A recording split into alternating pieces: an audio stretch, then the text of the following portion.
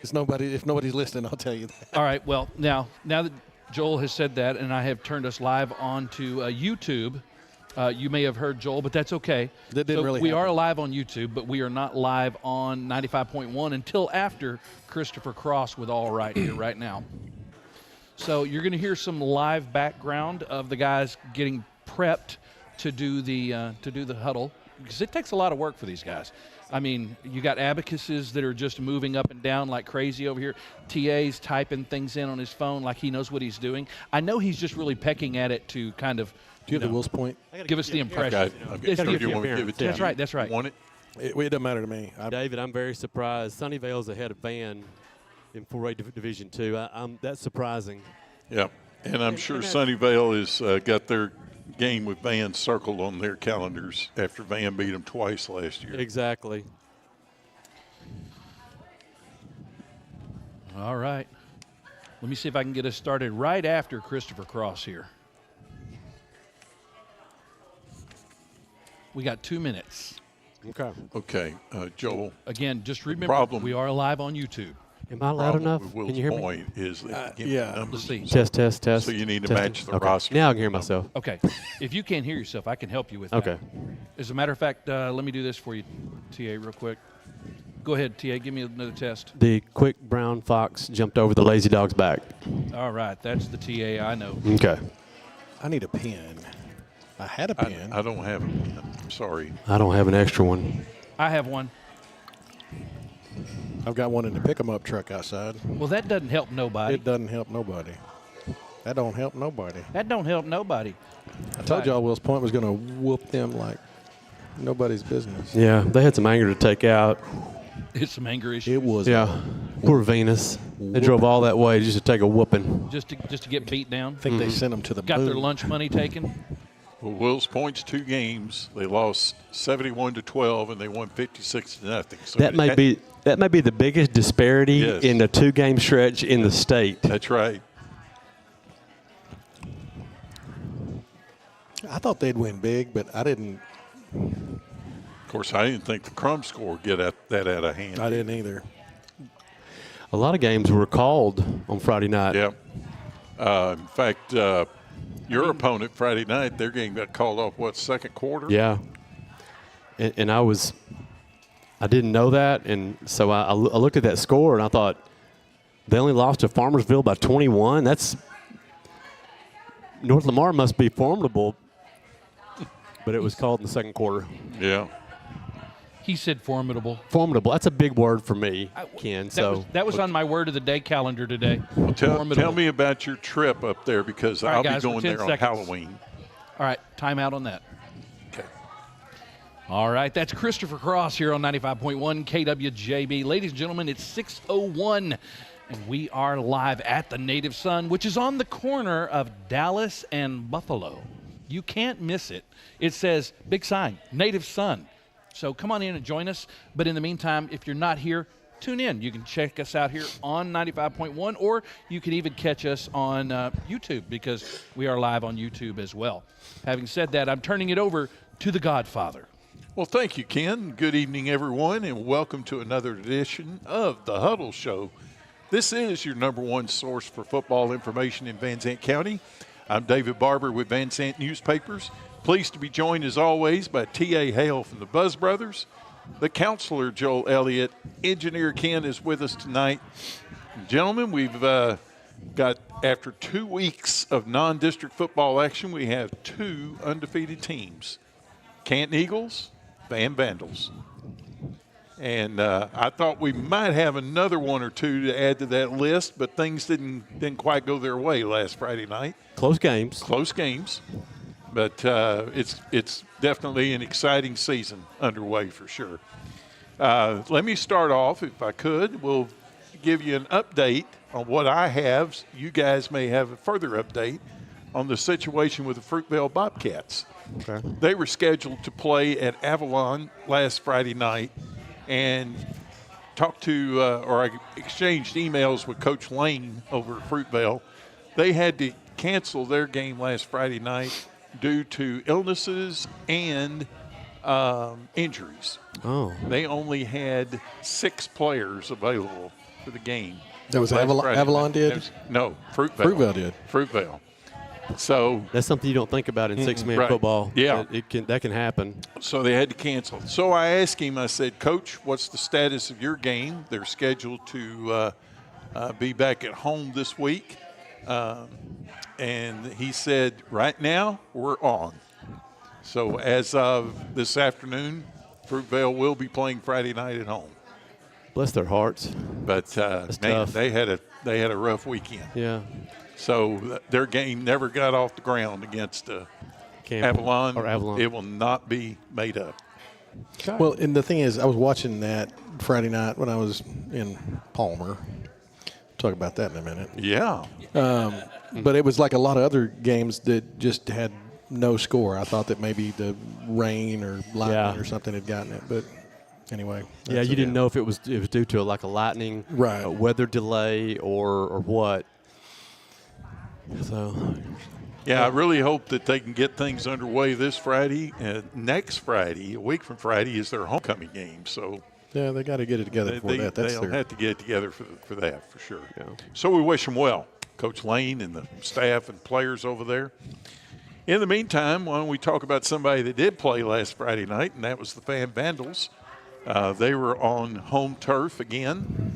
They took on the Longview Pine Tree Pirates. And, boy, I tell you what, I don't know if they could have gotten off to a worse start than what they did Friday night so far as the Vandals were concerned. They were stopped 3 and out on their first possession, and their punt went a grand total of 15 yards. So it gave Pine Tree possession on Van's end of the field at the 45. 2 plays later, they're in the end zone. Their running back runs 35 yards untouched for a touchdown. So within the first 2 minutes of the game, Van was behind 7-0 against Pine Tree. Things changed after that. Van went on a roll and scored 24 unanswered points in the first half to lead Pine Tree 24-7 at halftime. The two teams exchanged scores in the second half, and Van ended up winning by the final score of 38-21. And I will tell you that Van had a combination going on that would be pretty hard to beat any week. The fact that they finished the game with 293 yards rushing. They held Pine Tree to 63 yards rushing. that's a pretty good indication right there if we won the game. Right. Van had 0 turnovers. Pine Tree had 4 turnovers. So those two numbers right there. You can stop right there. Yep. That Van was in control. Yes. And but it was a pretty solid performance by the Vandals in all 3 phases: offense, defense, special teams. And they had some good individual performances as well. They had 7 different players carry the football in their run game Friday night. Wow. He was led by DeQuavion Williams. We all know him as Q. 16 carries, 89 yards, and a touchdown. A quarterback, Raleigh Hinch, had 9 carries, 83 yards, and 2 touchdowns on the ground. Great football name, Raleigh Hinch. Absolutely. And he completed 7 out of 11 passes. So he only threw the ball 11 times, only threw it twice in the entire second half He didn't need to throw it much more than that, David. because the running game was that dominant the other night. Van ran 59 plays from scrimmage and 48 were runs. So just I think you're leading when you, Yeah. you do. That's a good so, indication. yeah, they had a pretty good winning formula the other night. Marcus Fabian, a reserve running back, 12 carries, 49 yards, and 2 touchdowns. Parker Rainey, 5 carries, 51 yards on the ground for the Vandals. Defensively, Carter Admire, their linebacker, had 10 total tackles to lead the Vandals in tackles the other night. They were able to play a lot of kids in the game against Pine Tree. And Pine Tree came in with a running back that was very highly regarded. And first time he touched the ball, he ran 35 yards for a touchdown. We were thinking, oh, boy, here we go. But after that, he only had 28 yards the rest of the night. Wow. So, but great performance by the Vandals. And, Now all they have to do this week is carry that 2-0 season record into Lindale. Oh, yeah. The annual World War III between Van and Lindale coming up this Friday night. And both teams are undefeated. Both teams are state ranked. Lindale in Division I, Van in Division II and 4A. And last year, Van won the game at home. Prior to that, the visiting team in this series have won the game 5 years in a row. And it's always been close. It's always come down to the fourth quarter. And but it's going to be two great teams on the field Friday night with a lot of attention. David, because there's several media outlets that will be represented at that game. I can't think of the last time that these two teams have played when one of those programs are down. Right. I really can't. And you and I've been doing this. That's what I was going to say. Not since I've been involved. No. In this. Right. It's every year. And not just not down, but state ranked. And I'll tell you one of the reasons why I think that is, TA, is the consistency of the two coaching staffs. Yeah. Coach Moffitt's been at Van 16 years. Coach Cochran has been at Lindale about that long, not necessarily as the head coach. Yeah. But the continuity of the coaching staffs really is impressive at both schools. And these are two towns that really want to win this game. Mm-hmm. It's not just the players on the football team. Yeah. It's the towns. You know it. And so it should be a great game. Friday night, 7:30 in Lindale. And, boy, I tell you what. That could be the feature game of the area. I would say, based on the media attention that it's getting right now, what I'm hearing, there'll be a lot of cameras. There'll be a lot of microphones there at the game for sure. I'll be tracking that one. Yep. I'm glad we're not picking.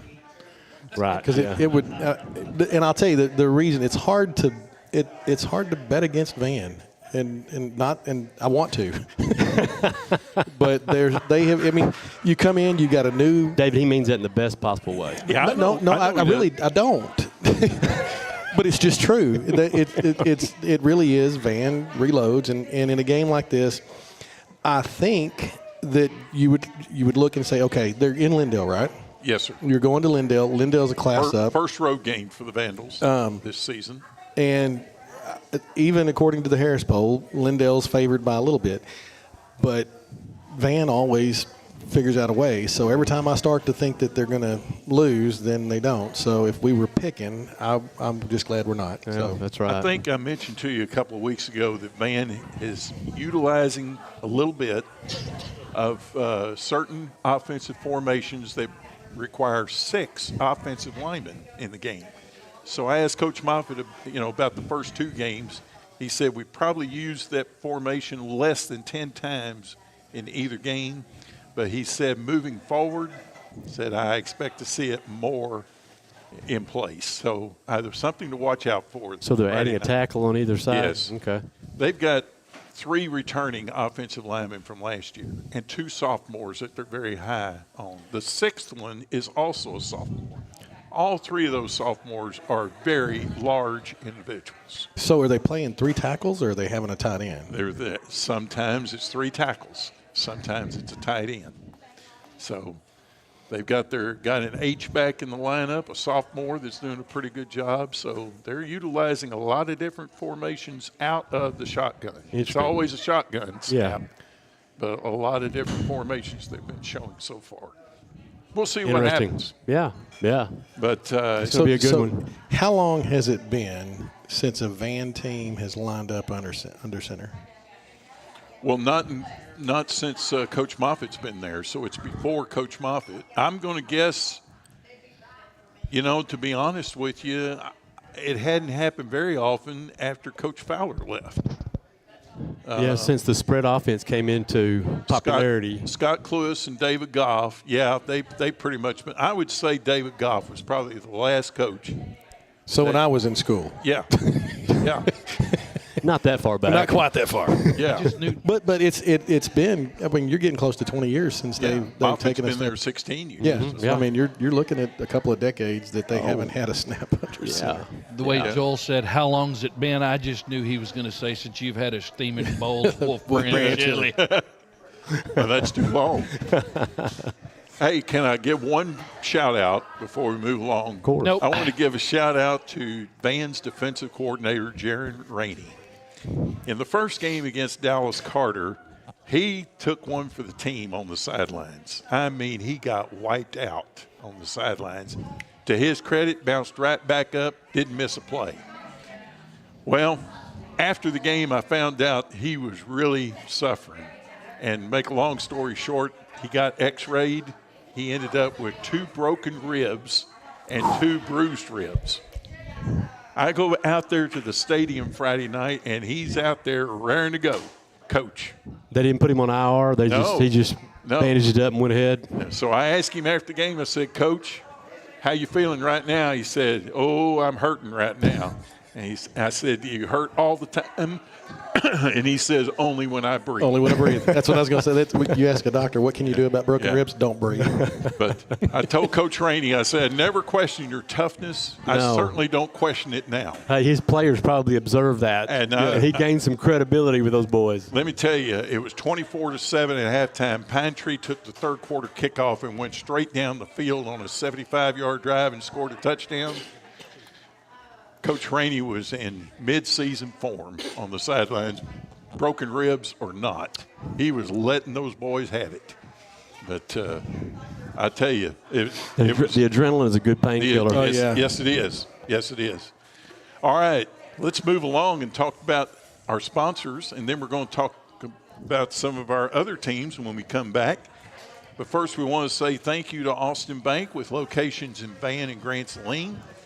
We also want to say thank you to Exit Realty Pro, located at 1445 South Buffalo Street in Canton, 903-567-7777. We're also brought to you by Epic Industrial, the power of service. They want to wish the best of luck to all Van Zandt County High School football teams. We're also brought to you by Dwayne Wheeler Farmers Insurance Agency, 903-963-8887. They're located at 121 West Main Street in Van. Auto, home, life, business, farm, and ranch.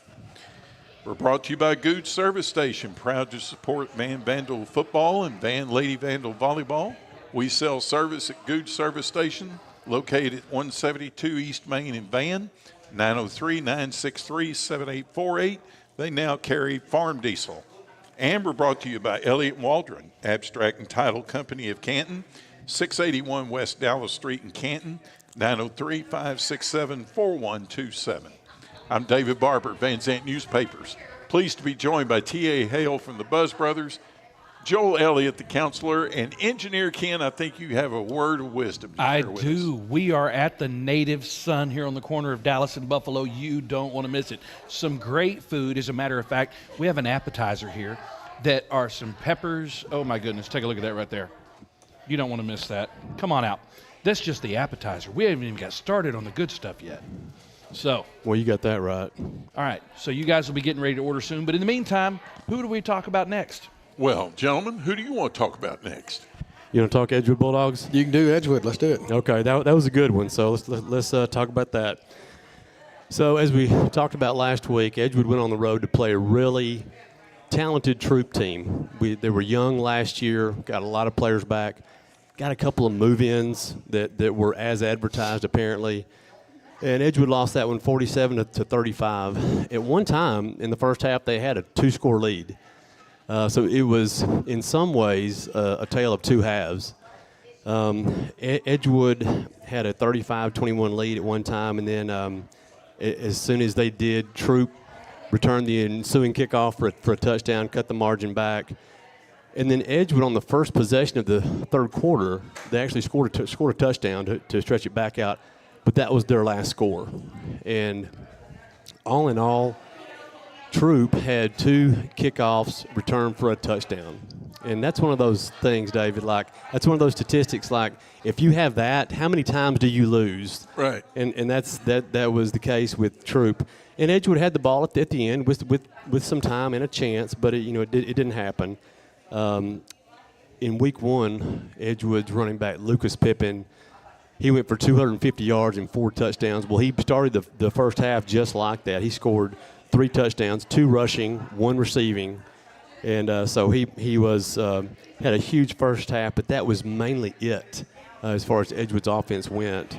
They only finished with 35 points. Some game stats. Trevor Golightly had a good night. Took care of the ball, didn't turn it over. He's continued to play well. He was 17 of 29 for 223 yards passing, 2 touchdowns, and a QB rating of 106. Rushing, he ran it 16 times for 108 yards, so he accounted for over 300 yards of their offense, which he has been. Lucas Pippin ran it 19 times for 113 yards, 3 rushing touchdowns. He had 5 receptions for 70 yards and a touchdown. We had Aiden Fincher, whose name we have not called, who we have not talked about, and Fincher had 3 receptions, 78 yards. And then you had Treston Turner, another name from Edgewood that we have not talked about yet, and he had 1 catch, but he made it count. It was a 51-yard touchdown pass, which was absolutely key. Jathan Johnson had 2 catches for 29 yards, and Tony Smith 5 catches for 33 yards. Those are their 2 go-to receivers, Johnson and Smith, and Troop found a way to keep those guys in check. So it sounds like in the second half, defensively, Troop was able to make some adjustments and really hold Edgewood to a minimum on offense. So, that's a tough loss, but you did go on the road and play an opponent who is really good. They were ranked 14th in the state, Right. and you challenged them. You had your chances. You gave up some plays that really affected the final outcome. So I know there are no moral victories as far as coaches go, and Coach Bachtel, according to a source close to the program, his take on this is you play hard teams early and you figure out where your weaknesses are, and you have time to make adjustments before district starts. And I agree with that wholeheartedly. Well, I was noticing the box score, and correct me if I'm wrong, I think Edgewood actually led at the end of the third quarter. Yeah, sure did. 35-34. Starting the fourth quarter, they led. Don't know what happened in that fourth quarter, but Edgewood got shut out. Edgewood had its first turnover. Yeah. I believe either at the end of the third quarter or the start of I watched Grant Saline and listened to Edgewood, and once I figured out Canton was going to win and Van started doing what Van does, I started listening to Bulldog Radio while I was watching Grant Saline. And I think the one thing that Edgewood did in the first week is they held on to the ball, and when you win the turnover battle, and for them to have a turnover that I think cost them points, and that was where I think the game started turning, because I think they had a lead until the turnover. You just can't give a good team like that help, right? Especially at home. So. And the defense for Edgewood, it's still a work in progress, but I know that Coach Bachtel's going to get it turned around. Yeah, if you take those 2 kickoff return for a touchdown, take those away, it doesn't look quite as bad. That's true. And against a really good offensive team. But, yeah, David, I think it's still a work in progress, and you're right. Coach Bachtel is fully aware of that, and it's a work in progress. So now they move on to another opponent, Tioga, and it doesn't get easier. Tioga, they're ranked number 24. They're 0-1, but they lost to Collinsville, who's ranked number 2 in 2A Division II on the road. So that's understandable. Last year, Edgewood lost to Tioga 30-27 at home. So I asked my guys, Eric and Paul, and by the way, thank you guys. They always supply me with great information to give our listeners. And my question was, is Tioga the same opponent as Troop? And at first, they didn't answer, but then they came back with this, and this will give you an idea of Tioga's athleticism. Last year at the state track meet, Tioga was second in the sprint relay. they were first in the 4x200, and they were first in the mile relay. You think they have Wow. some athletes? Yeah. Okay, that's all you need to know right there. Late in the game, I think it was Eric quoting Paul. He said, and I think Paul was quoting maybe Coach Shilnut. He said, when it comes to speed, either you got it or you're chasing it. Yep.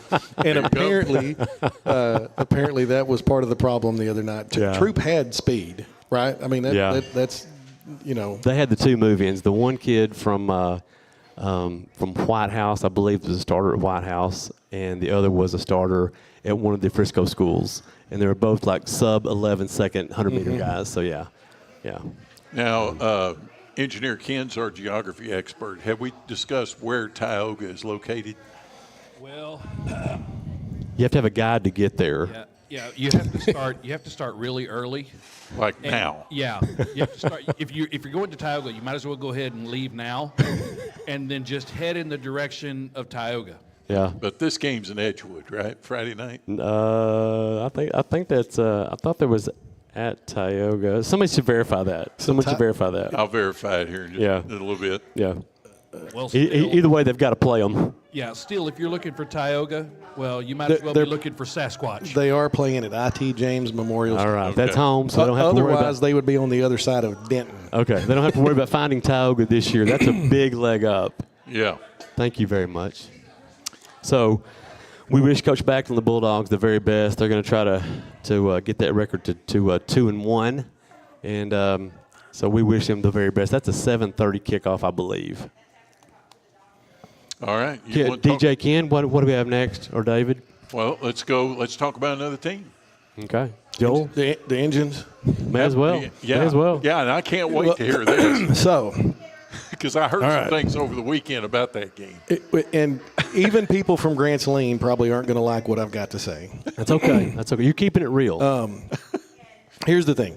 There's too much arm tackling. There's not enough hitting. The quarterback for Palmer, and Edgewood has them 2 Fridays from now, I believe. Isn't that right? 2 weeks from now? I haven't looked. I know they've got them. I think they play them in a couple weeks. Palmer's quarterback went to the state track meet last year in the hurdles, and he is legit. And he's not scared. And we never hit him. In fact, I don't know that we hit anybody. There was a lot of arm tackling. That kid went over the top to score a touchdown. He wasn't afraid of getting hit. That's not normal. Just in my experience with Grants Lean. No. Usually you get hit. You may win, but you're going to get hit. That's something that's going to have to change. I will say this: Grants Lean didn't give up on plays this week. Everybody was hustling, usually to the whistle. Jet Taylor did what Jet Taylor was supposed to do this week. He was 9 of 17 and 162 yards passing, but he played hard. He ran the ball 22 times, had 212 yards rushing, and 4 rushing touchdowns. We have Preston Haas, number 13. He's a junior. He's the one that's been plugged in at the running back spot, trying to replace Boyd from last year. Boyd had, I think, a couple of thousand yards almost, maybe 1,600, something like that last year rushing. And once Haas starts figuring out his role and however we're going to get there, that will help Taylor out. Prox had 4 receptions for 97 yards and a receiving touchdown. Now, here's the part that you heard about, David. And I'll tell you, in the first half, we had 2 interceptions and we punted the ball twice. Otherwise, both teams scored every time they had the ball. Yeah. And we were just trading punches. Right. In the second half, we let them get ahead, and we got the ball back with less than a minute left, and we ran that 1 minute 1 minute offense exactly the way it's supposed to be run. That last play, which if anybody, and I know the people from Grants Lean have seen it, I don't know that replay would have overturned it no matter which way the referees called it. But if you were from Grants Lean, that was a touchdown. And the person I talked to was from Grants Lean, and he emphasized that. And I was convinced that it was a touchdown, and I've looked at the pictures, and if you're on the side, the people that were down there said that it was. And here's the reason I had a problem with it. the side judge, who should not have been the one making the call, it was obviously a catch. You've heard the same story, haven't you? It was obviously a catch. And instead of calling it a catch and ruling it down at the half-foot line, he called it an incomplete pass. The ball was never an incomplete pass. That's the biggest problem I had with it. Now, looking at the pictures, it appears as though we caught it inside the end zone and then got pushed back outside of the end zone, or at least to the line. Now, I'll go one step further from that and just say we should have never had it in that position with that little time left. We should have put them away and done what we should have done. We didn't have a bad game, but Grant Saline didn't have a good game. There's still too much arm tackling. We do a podcast after this show, and we're going to show some of these videos, and even some of the kids come in and talk to us. My wife said they may not come back after I talked to them like I did last week, because apparently I have a problem with being nice or honest or whatever. But here's the thing. You can't coddle them all the time. Here's the thing. And I grew up with a man who told me, when you said, these, and I was talking to Jason Hathcock, who was, I think, either your year, maybe a year behind. He was in there somewhere. He and I were sitting together, and it's like we were talking about earlier. These are the kind of games that you need to have. We will have been, when it gets time to go to the playoffs, we will have been in games like this. Palmer's good. Edgewood's going to. No doubt. And Edgewood is good, too. It won't surprise me if Palmer gets beat by Edgewood. But Palmer is good, and their quarterback is great. But he hasn't been hit.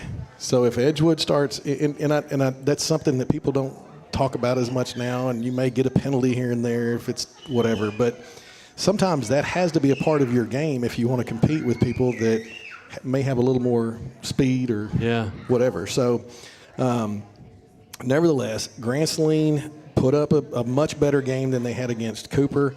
I believe we're at home against Rains, the Wildcats, this Friday night. That should be a game that we handle. And then the next week we're back at it. We're heading towards Louisiana. I'm not sure if we're across the border or just on this side of it, but we're back to a team that's going to be really highly ranked. I think they finished in the semifinals last year. So not that I'm saying there's anything. In fact, what I was going to say is I was raised by a man who said nothing good comes from a loss. So when you say what good came out of this, nothing good came out of the loss. But we've played in a situation that's a playoff type situation, and that will be useful to us. I won't say it's good. We could have gotten the same experience if we'd have won. No doubt, yeah. Nevertheless, I'm pretty pleased with Grant Saline. I think if it had been called a touchdown, it wouldn't have been disputed either. I mean, if they do get a win, there's an argument to be made that they wouldn't be as hungry after the loss. Sometimes a loss can really stick with you and make you mad, and you want to play a little harder. You want to prove yourself a little more. You feel a little more desperate, even maybe. Well, and I'll tell you, you played on a state championship basketball team. You probably don't remember everybody you played, but I bet you remember everybody you lost to. That's right. Yeah, exactly. Those are impactful. The same thing. Those are the ones that stick with you. Those are the ones that you get the scars from and make you tougher. But I don't want to say it's a good thing. You need to figure out how to do that without losing. Let me just say, Bill Parcells said Mondays are bad days no matter what. Yeah. Because if you won, you're reading your own newspaper clippings, and if you lost, obviously you lost. Mm-hmm. So it's never good no matter what. Now, let me just say two things. Number one is I feel sorry for Rains because they're going to God bless them. They're going to get rolled over by Grant Saline this Friday night. And then the second thing, I know we'll talk about the Joaquin game later on, but that will be a Thursday game next week. Yes. And Coach Drennan told me when I asked him about Joaquin, first thing he told me was, never been there in my life. Well, are they not? Because I was told they were still trying to figure out a place to, or a referee. Is it the referee crew they couldn't get? I don't know. The last I heard, they were still going to play at Joaquin, but they're going to play on Thursday. My understanding was if we could, and I may learn more tonight later, but if they find a officiating crew, they might try to have it on Friday, but they may have already made that decision. I hadn't heard about it since the weekend. So. Yeah. So, Well, just a minute ago, you said something about being, left hungry. Yeah. Well, you won't have that problem if you're here at the Native There Sun. we go. As a matter of fact, What a we have with us the one, the only, the Ryan from Native Sun, who's going to tell us what's on the menu, and you guys get a chance to order. This is my favorite part of the show. Yeah. Well, here we are, guys. Yes. So I started you guys off with some shishito peppers. Have y'all had those before? No.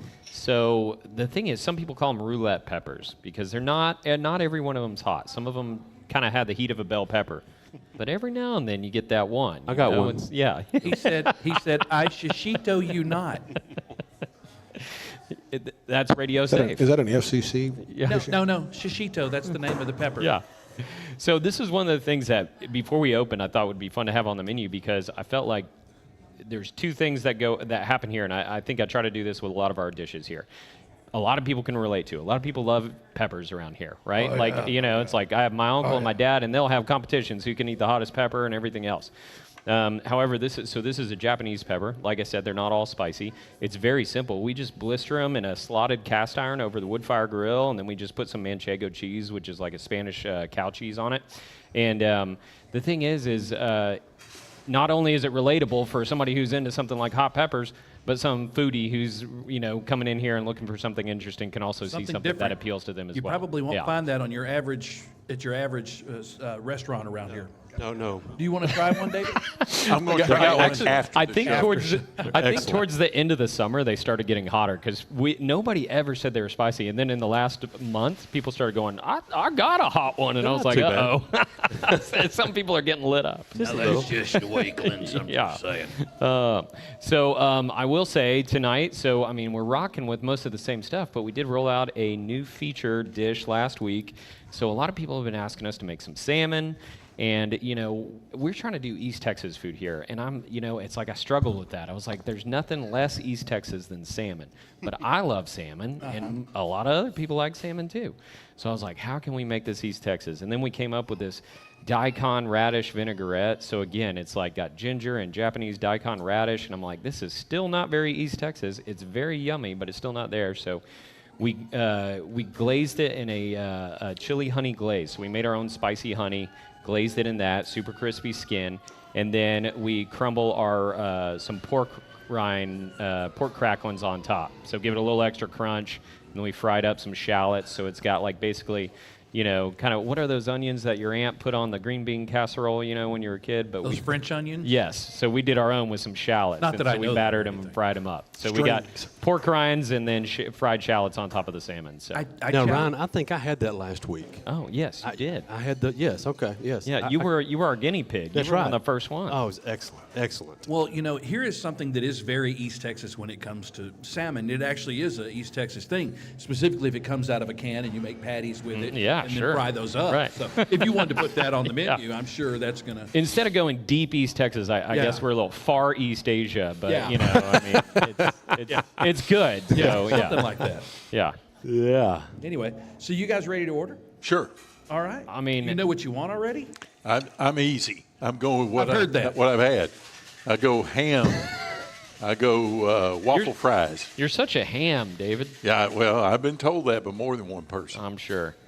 Instead of a ham, he's a creature of habits.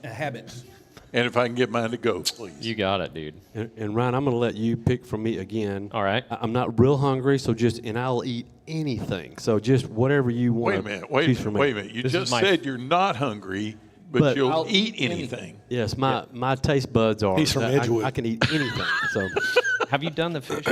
no. He'll eat anything. Redfish? Yes, let's do that. All right, we're doing redfish for you. We doing it to go, brother? No, I'm going to eat it You're gonna here. eat it right here. Yeah. The full experience. I mean, why wouldn't I let this man order for me? He knows more about food than anyone. Yeah, So. and his menu. Right. It's like, hold on. It's Let smart. me tell the master how to do his job. Right. I get that. Pork chop was good. Okay. Muffalata I liked better. Okay. Choose me something besides one of those two, and I'll take it. Woo, okay, here we go. Wow. All right. Put How some hungry pressure are on you you now. now, Elliot? You know, next week they're gonna come in here and have to talk about it. So There's a little bit of me that wants to try that salmon. Yeah, let's do the salmon. Don't hold back. Yeah. It does Joel. much- But it And sounds like are you- fish and chips. Salmon and cracklings? yeah. It's East Texas. there you go. Yeah. There you go. East London. Are you bringing it home? Is Christy gonna have a bite of this? Yes, you know what? She will like that. You should text Christy and verify if that's okay. Well, I don't want her to. She'll choose the salmon. I know. So Perfect. maybe I need to reorder. I may not get So that my you food. don't have to share. You Yeah. know? Yeah. Yeah. Turn around and it's all gone. I'm gonna let you pick for me too. I'm gonna do gumbo for you with no rice. I like that. Yeah. There Yeah. you go. I like the gumbo. I'm going to get that before the season's over. You should try the gumbo. I'm going It's got a nice dark root. Well, I thought so. I grew up eating gumbo year round. My mom's the youngest of 9 in a big Cajun family, so for us it was a Tuesday night, pretty normal. But a lot of people don't like those hearty soups during the summer, so I kind of pulled it off the menu during the summer, and everybody just kept asking for it. So we did bring it back, but I'm really proud of it. You know, it's a family recipe. I can't stand growing up in a household where I ate this type of food from my family every day. I can't stand restaurant gumbo. It's just not mom's gumbo. this is a or comfort Meemaw's food gumbo. for you Yes. right here. So I'm really proud of ours, you know, and if you order it with the duck leg, we've got a duck confit leg on top, which is just like duck cooked in its own fat, super crispy, bone pulls right out. It was really good. Yeah. That was really good. Yeah. Yeah. If you haven't tried that, you should try it. You should get the duck. You should get the duck foot in there. That For whole luck. web foot. You can't do without it. Yeah. Yeah. But well, Ryan, thank you so much. You got it, guys. Absolutely. Yeah, thank you, Ryan. I can't wait. Yeah. Well, cool. All right. I'm going to get some refills coming here. And Awesome. we'll get Oh, food on the thank way. you. All right. Thanks, buddy. Ken, how about another round of commercials? Let's do that. Okay. Except for this one time. I mean, this one time. Just want to Here, make sure here you you got go, here you everything in good shape there before I continue. All right. All right.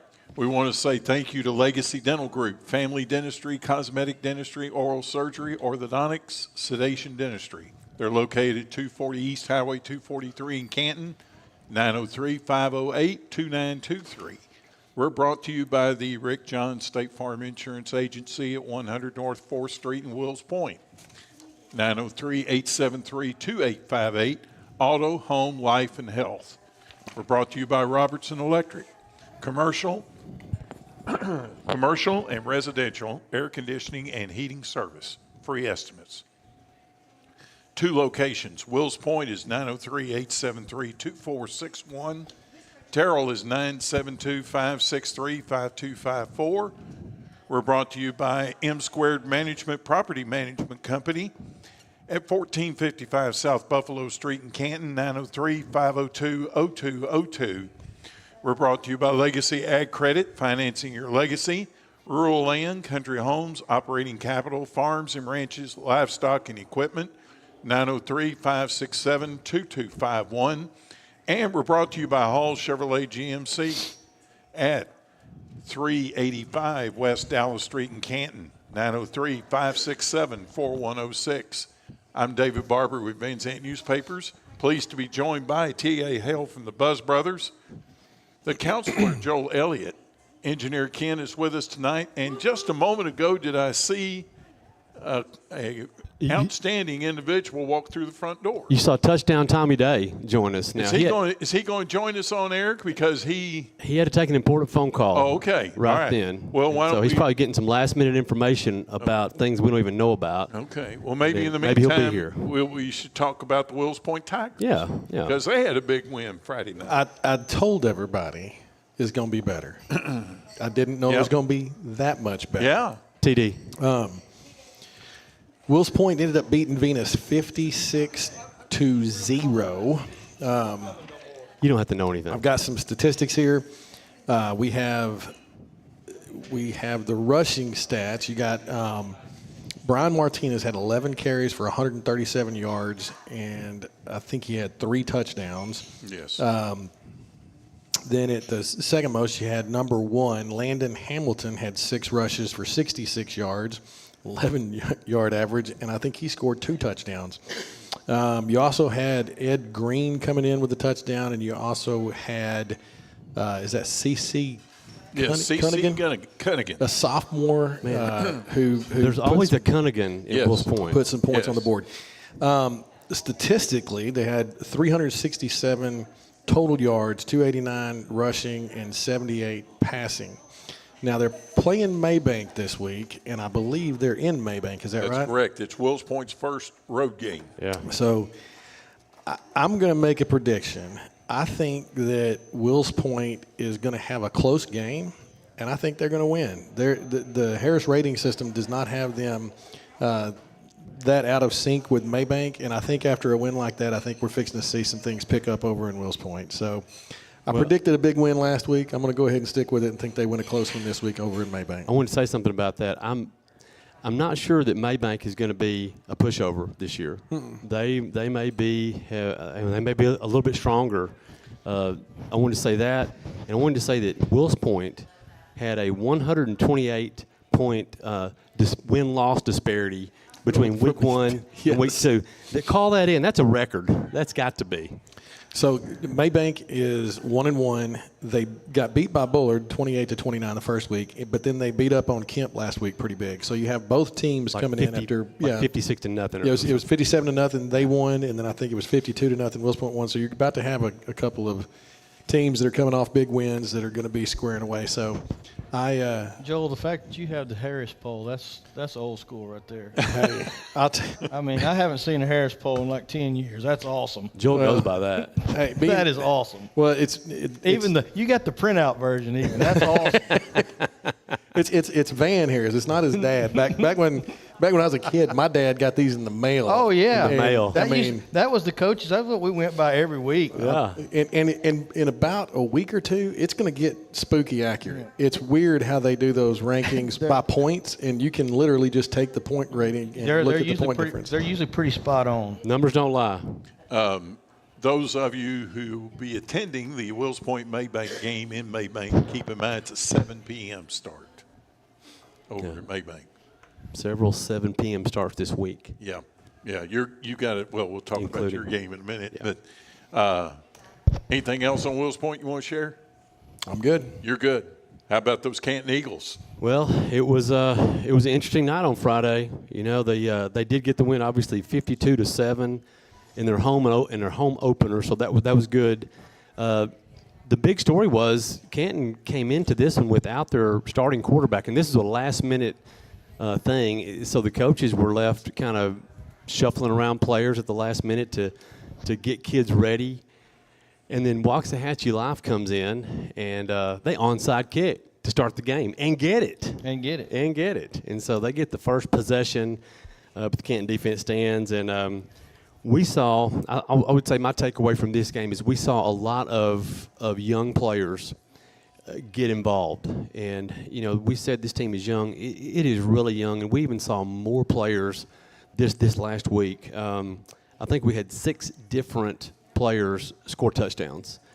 Kason Kewen, he scored 3 touchdowns. And by the way, we've got a new nickname. It's Buzz Brother approved.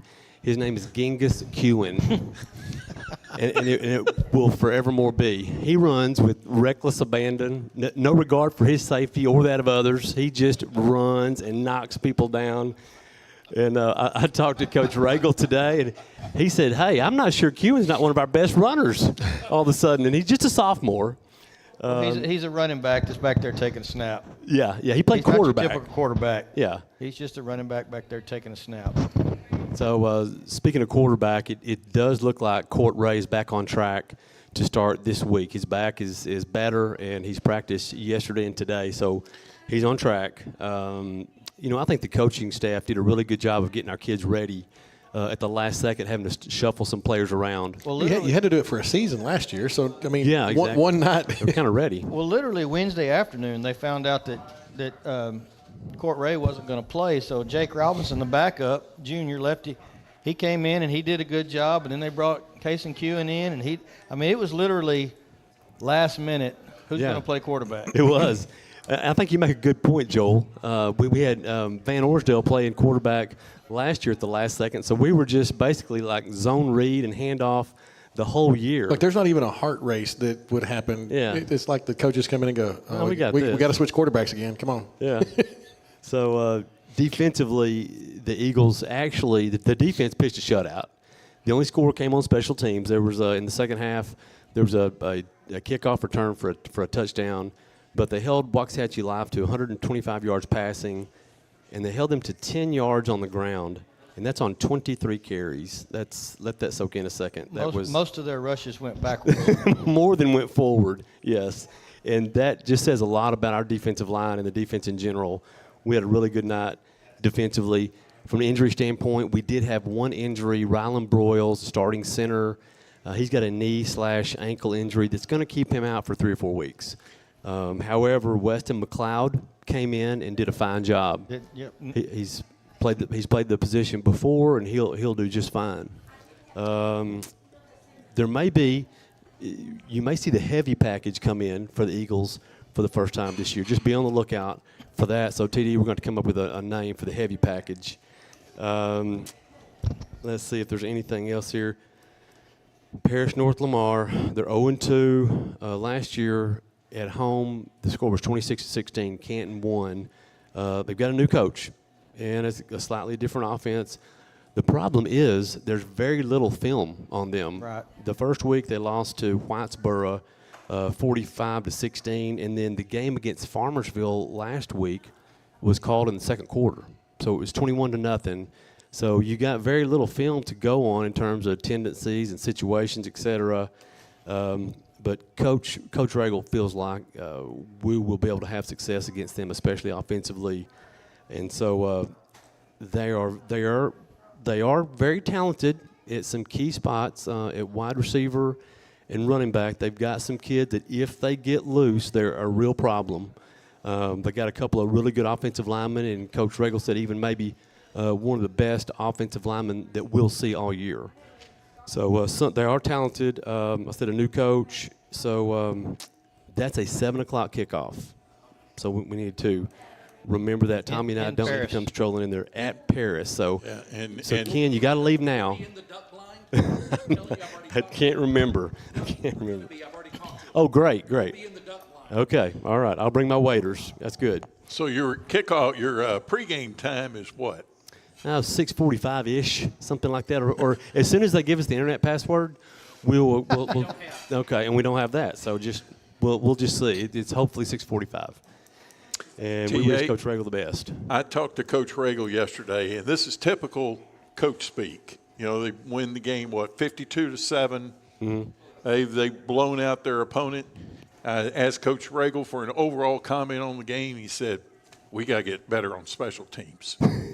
First thing he said. What do they mean by that, Tommy? Well, I mean, we gave up a touchdown return on special teams, so I'm sure that's from a coach and a player standpoint. You expect to do the right things. It's when the bad things happen is what you dwell on. And probably he could be referring to the extra point.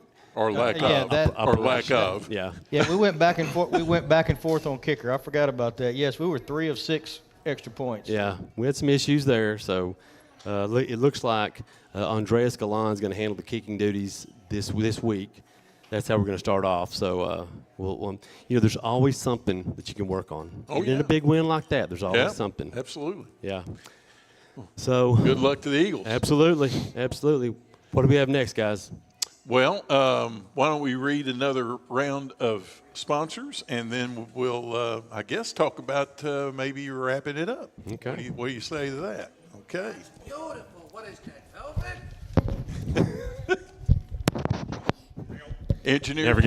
Engineer Ken, always keeping us on our toes here. All right. We want to say thank you to Mill Creek Dental, making East Texas smile. Dr. Ann A. Duddle. 903-567-2207, General, Family, and Cosmetic Dentistry, Orthodontics. They're located at 104 Burnett Trail in Canton. We're also brought to you by Ship and Print. Shipping, printing, faxing copies, notary, office supplies. They have a community board set up there. They also have retail spaces for rent. 438 North 4th Street in Wills Point, 972-750-6063. We're brought to you by the Tim James Insurance Agency, Home Auto Business and Farm, 548 West Highway 243 in Canton, 903-567-0627.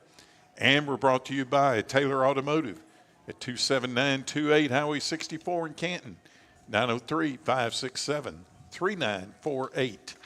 I'm David Barber with Van Zandt Newspapers, joined by T.A. Hell from the Buzz Brothers, the counselor, Joel Elliott. Engineer Ken is with us tonight. Our thanks to Tommy Day for joining us.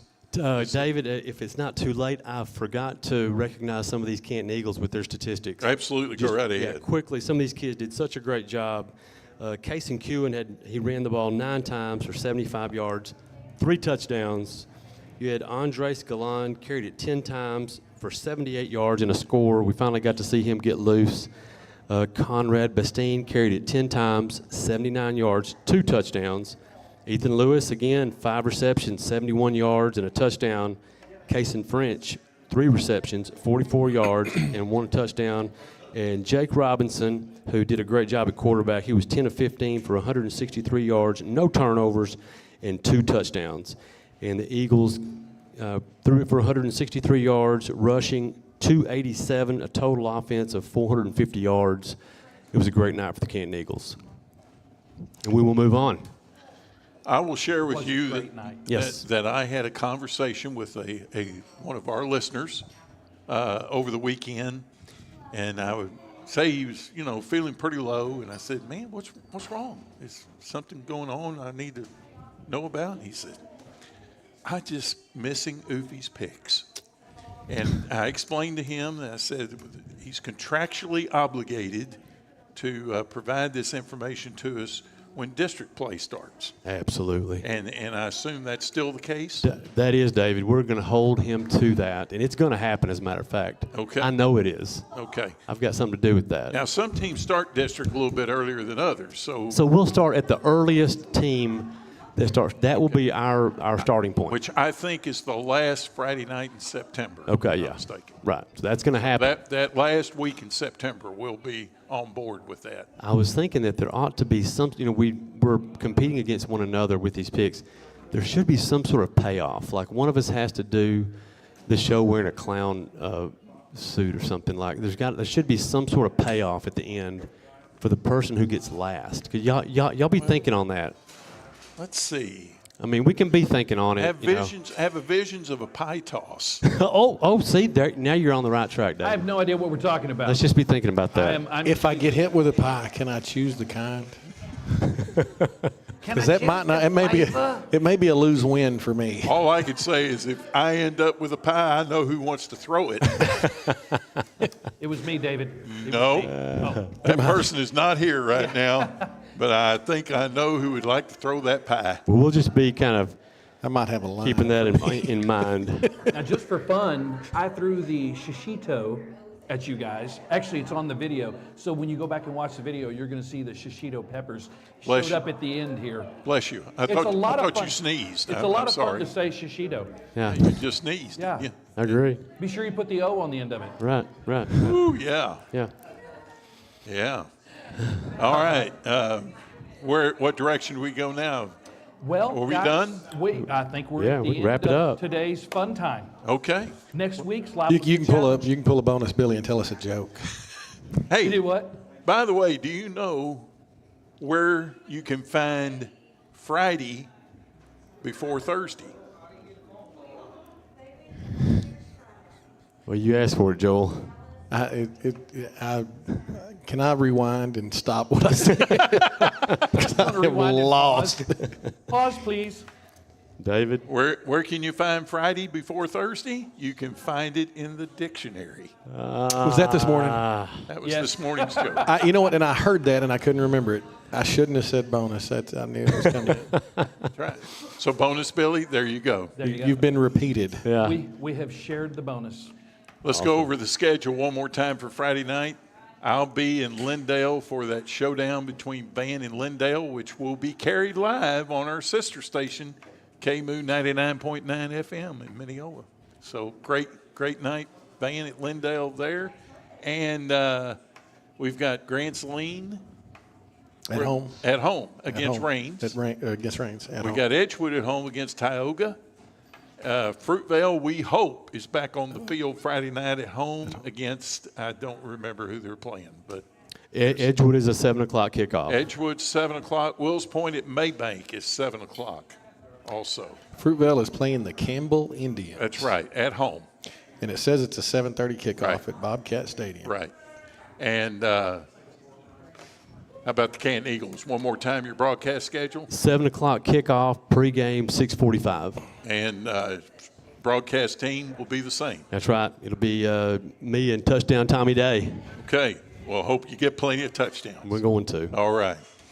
Anything else, sir? That's it, man. Okay. We are DUN done. Okay. Done. So for Engineer Ken, for T.A. Hell, and for Joel Elliott, I'm David Barber. We always like to say at the end of our program that you've been listening and watching the Huddle Show on the Bee.